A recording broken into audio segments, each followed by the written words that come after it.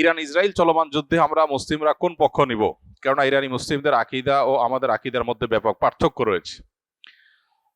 দেখুন, একটা কমন নীতি আমাদের প্রত্যেকেরই জানা থাকা দরকার। সেটা হলো, একজন মুসলমান তিনি সবসময় মাজলুমের পক্ষ অবলম্বন করবেন। যখন দুটি বিবাদমান পক্ষের মধ্যে একটা মাজলুম আর একটা জালিম হবে, তখন সেই ঘটনায় মুসলমানরা সব সময় জুলুমের বিরুদ্ধে অবস্থান নেবেন। এটা হলো কমন নীতি। এমনকি জুলুমের শিকার মানুষটা যদি অমুসলিমও হয়, তারপরেও তার প্রতি মুসলমানের সিম্প্যাথি থাকবে। মুসলমান কখনো জুলুমের সাথে সঙ্গ দিবে না, যদি জালেম মুসলমানও হয়। অতএব আপনার সাথে কোনো মাজলুমের যদি আকীদাগত মতপার্থক্য থাকেও, সেই মতপার্থক্য আপন জায়গায় থাকবে, সেটাকে আপনি রাখবেন, এবং বিরোধিতার জায়গাটা আপন জায়গায় থাকবে।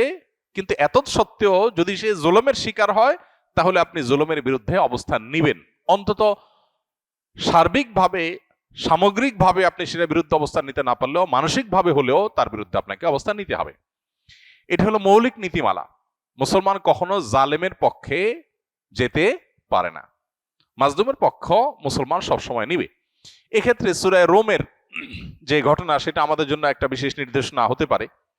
সূরা রোমের শুরুতেই আল্লাহ তাআলা যে বলেছেন, আলিফ লাম মিম গুলিবাতির রোম, এখানে আমরা দেখেছি যে রোমানদের সাথে, তখন পারস্যের অগ্নি পূজকদের সাথে যে যুদ্ধ হয়েছে, সেই যুদ্ধে মক্কার মুশরিকরা পারস্যদের, আর মক্কার মুসলমানেরা সাহাবা একরাম তারা রোমানদের সমর্থন করেছেন। কেন? কারণ রোমানদের সাথে আকীদাগত মতপার্থক্য থাকা সত্ত্বেও তারা আসমানি ধর্মে বিশ্বাসী, মুসলমানরা আসমানি ধর্মে বিশ্বাসী। এই জায়গাতে মিল আছে, এই যে ঐক্যের একটা যোগসূত্র আছে, সেটার ভিত্তিতে তাদের প্রতি সমর্থন ছিল। আর পারস্যের তারা মুশরিক ছিল, ঐক্যের যোগসূত্র ছিল না সে অর্থে, এই জন্য তাদের বিরুদ্ধে ছিল।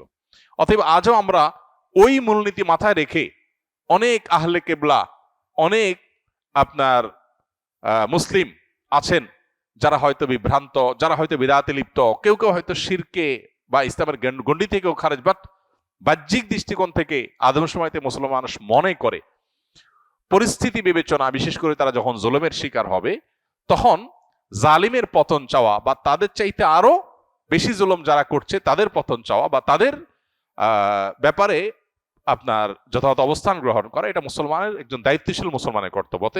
সেই স্ট্যান্ড বা সেই অবস্থানটা আমাদের এক্ষেত্রে হতে পারে।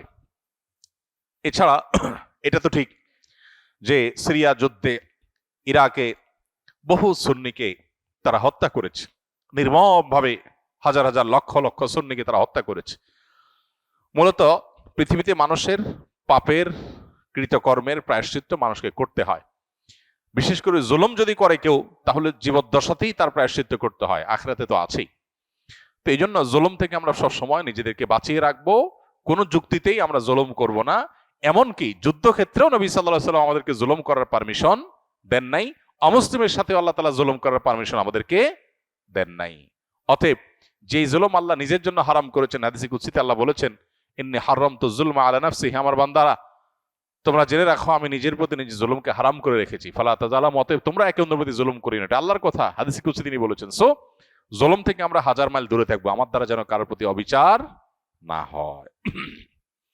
কারণ জুলুমের পক্ষে যারা থাকবে তাদের পতন অনিবার্য, আজ হোক আর দুদিন পরে হোক।